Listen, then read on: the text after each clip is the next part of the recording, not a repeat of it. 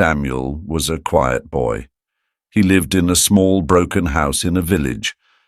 His family was poor, and they didn't have much money or many clothes. Samuel lived with his mother and grandfather. His grandfather was old and sick, and his mother worked long hours in the fields.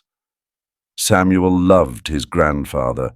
Every night he would tell Samuel stories about the stars in the sky. His grandfather often said, "You must always look for the light, no matter how dark life becomes." One day his grandfather's health got worse. He couldn't get out of bed. Samuel and his mother had no money to see a doctor, so they did everything they could to take care of him. But one evening, his grandfather passed away. Samuel's heart felt like it was broken into pieces. The house felt empty without the stories his grandfather used to tell him. Samuel cried every night, but he remembered his grandfather's words, "Look for the light." He knew he had to be strong, even though it was hard. Samuel wanted to help his mother, who was now very tired and sad. He promised her, "I will make you proud, Mom. I will bring hope to our home." His mother smiled weakly and said, "I believe in you, Samuel. You are a good boy. Never stop trying." Her words gave him hope and courage. Samuel started doing small jobs around the village. He helped his neighbors with their gardens. He carried heavy water from the well and fed the animals. The work was hard, but Samuel didn't complain. He knew he had to stay strong for his mother.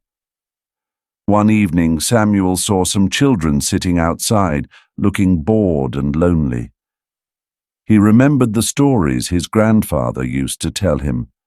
Samuel had an idea. The next day, he gathered the children and told them stories, just like his grandfather had told him. The children laughed and listened with excitement. Every day they asked Samuel to tell them more stories. Samuel felt happy when he saw their smiles. He thought, maybe this is the light my grandfather talked about. It made him feel a little less lonely inside. Word spread quickly in the village about Samuel's stories. Soon, even the adults came to listen. They loved how he made them forget their worries for a little while. One day, a woman from the city visited the village. Her name was Mrs. Grace. She was a teacher who loved reading books. She saw the children gathered around Samuel and watched him tell his stories with energy and excitement. After the children left, Mrs. Grace approached Samuel and said, "You have a special gift. You should be a storyteller or writer." Samuel felt shy and said, "I only tell stories to make the children happy." Mrs. Grace smiled and handed him a book. "You can learn how to write your own stories," she said. "The world needs more people like you." Samuel had never owned a book before. He was so excited that night he couldn't wait to open it. He sat by the candlelight and began to read. It wasn't easy at first, but he didn't give up. Every day after helping his mother, Samuel would read more and practice writing his own stories.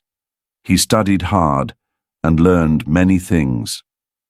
Weeks turned into months, and Samuel kept working on his writing. One day, Mrs. Grace returned to the village and asked, "Have you written any stories yet?" Samuel showed her the little notebook where he had written his first story. Mrs. Grace read it and smiled. "This is beautiful, Samuel. You have talent. I want to publish your story." Samuel couldn't believe it. His story was going to be in a book. He thanked Mrs. Grace and hugged his mother tightly. Samuel's story was published, and people from all over the city bought it. They loved it. Samuel became known as the boy who brought light.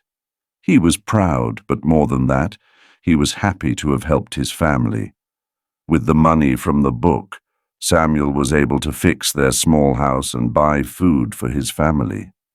He didn't stop there, though. He kept writing more stories and teaching the village children how to read and write. Samuel also built a small library in the village where anyone could come and borrow books.